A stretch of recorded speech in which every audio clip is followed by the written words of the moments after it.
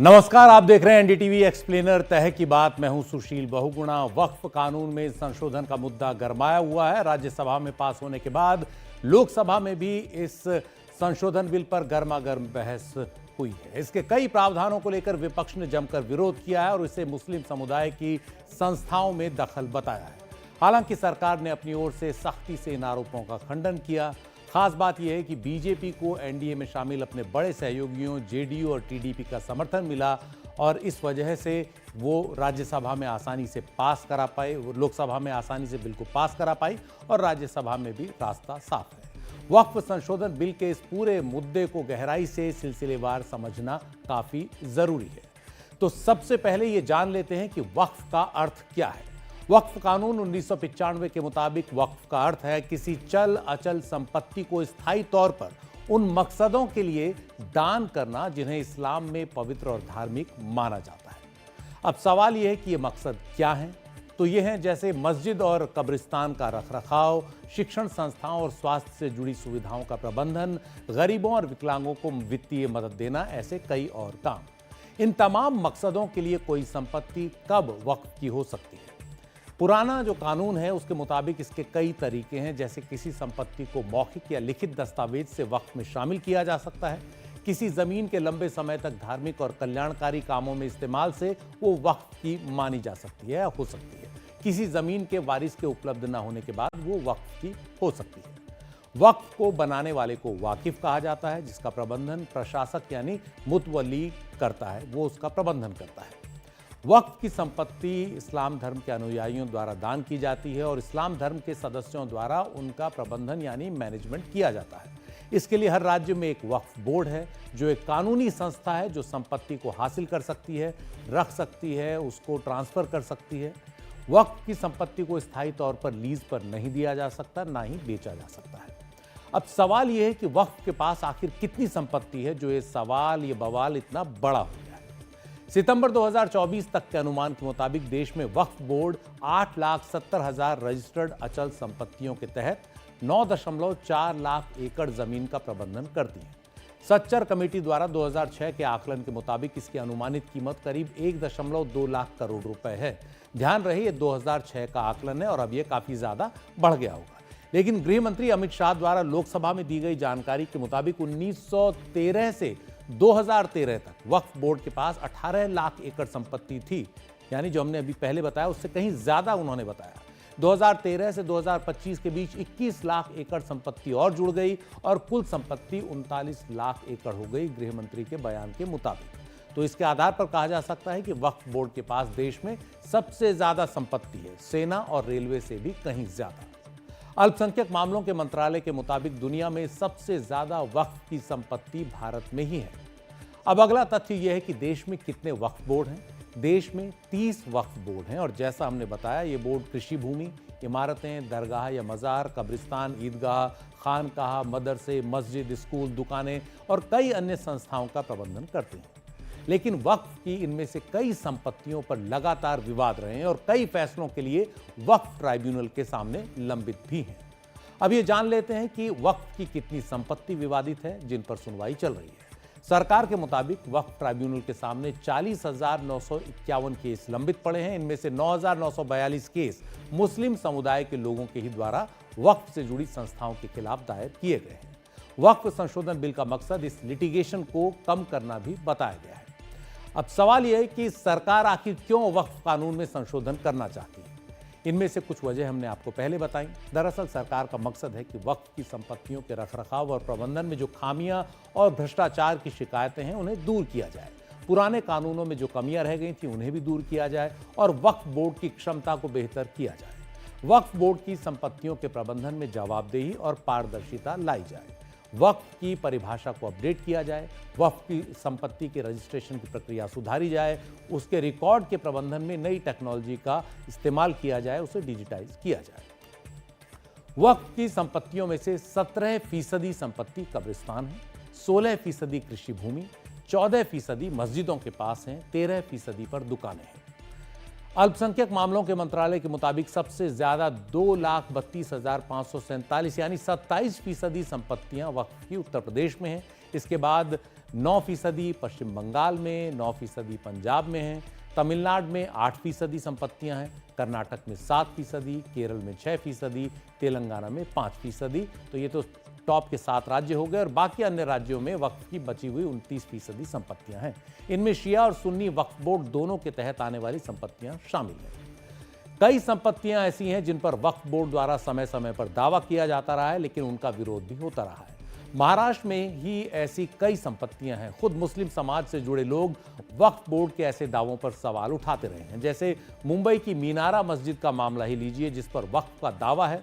करीब 150 साल पुरानी मीनारा मस्जिद ब्रिटिश दौर से ही एक ट्रस्ट के हाथ में है। मामला कोर्ट में है। आरोप लग रहे हैं कि ऐसी 50 मस्जिदों पर वक्फ बोर्ड की नजर है। मुंबई से हमारी ये ग्राउंड रिपोर्ट।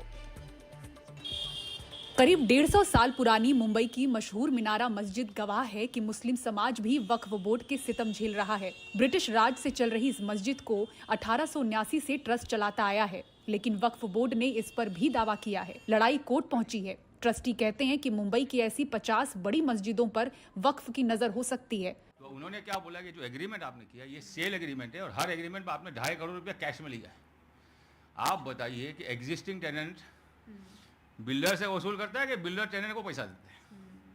तो उसमें लिखा है फ्री ऑफ कॉस्ट। तो ये कुछ भी नहीं था, ये एक एक्सटॉर्शन की स्कीम थी टू द मीनारा मस्जिद ट्रस्ट।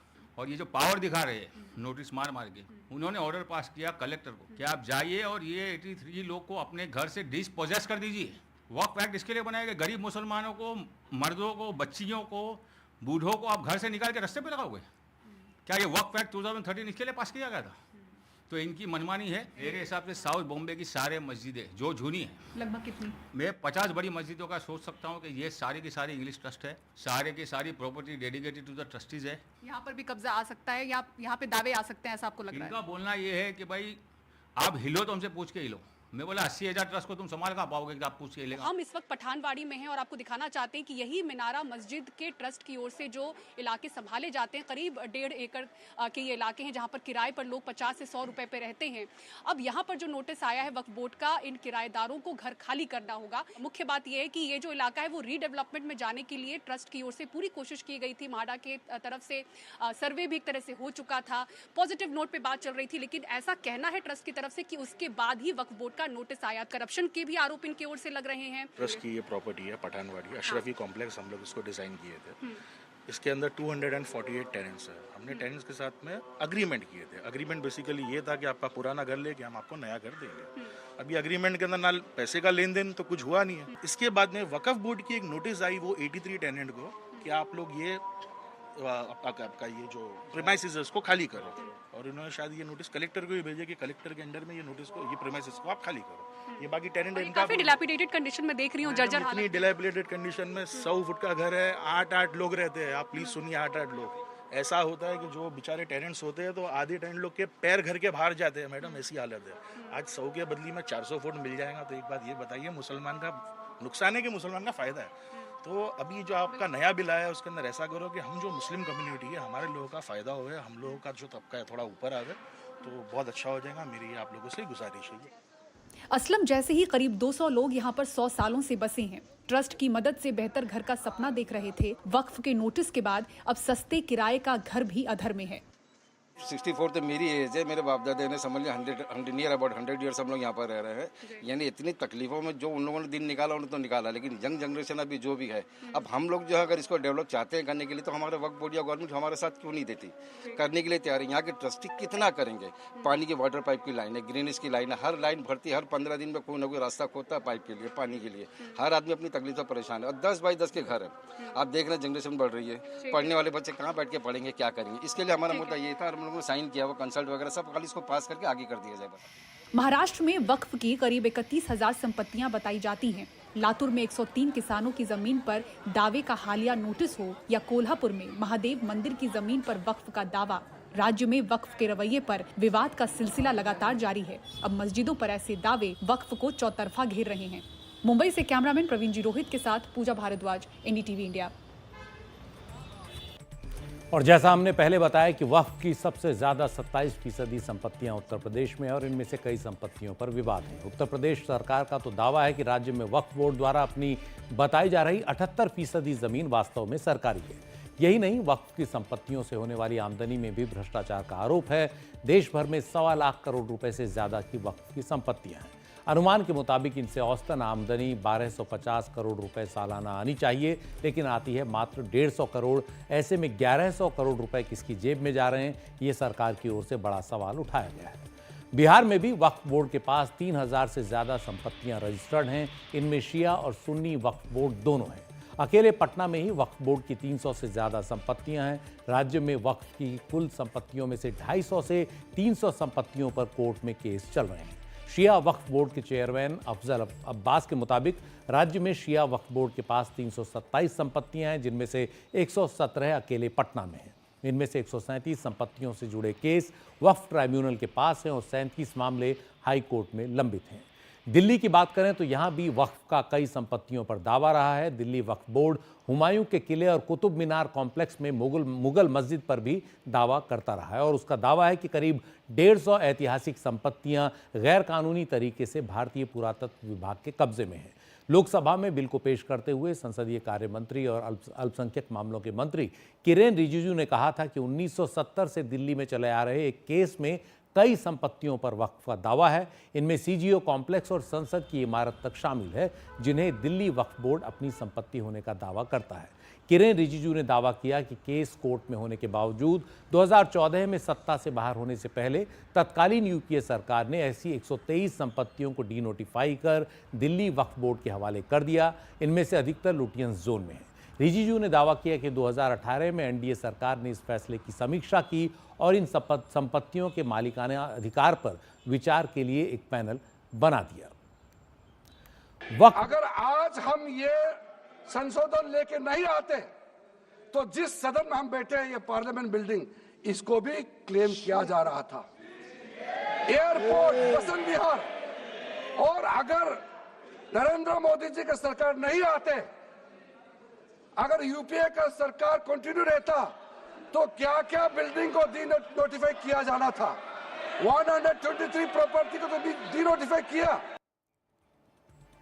वक्फ बोर्ड द्वारा किए जाने वाले दावों पर विवाद के कई और उदाहरण हैं। जैसे गुजरात के सूरत में वक्फ बोर्ड ने नगर निगम की इमारत पर दावा किया। दलील दी कि ऐतिहासिक तौर पर मुगल दौर में ये तीर्थयात्रियों की एक सराय थी। ब्रिटिश दौर में इस संपत्ति पर अंग्रेज सरकार ने संपत्ति को अपने हाथ में ले लिया और आज़ादी के बाद भारत सरकार के पास आ गई। गुजरात वक्फ बोर्ड का दावा है कि इस इमारत का मालिकाना हक औपचारिक तौर पर अपडेट नहीं हुआ, इसलिए वो अब भी वक्फ की है। गुजरात के द्वारका में भी वक्फ बोर्ड बेट द्वारका के 2 द्वीपों पर अपना मालिकाना हक होने का दावा करता रहा है, जिस पर गुजरात हाईकोर्ट ने गंभीर सवाल खड़े किए थे। वक्फ बोर्ड ने केरल के एर्नाकुलम जिले के मुनाम्बम में भी 400 एकड़ जमीन पर अपना दावा किया। ये जमीन कई पीढ़ियों से वहां के ईसाई निवासियों के हाथ में रही है। वक्फ बोर्ड के दावों का स्थानीय निवासियों ने जमकर विरोध किया।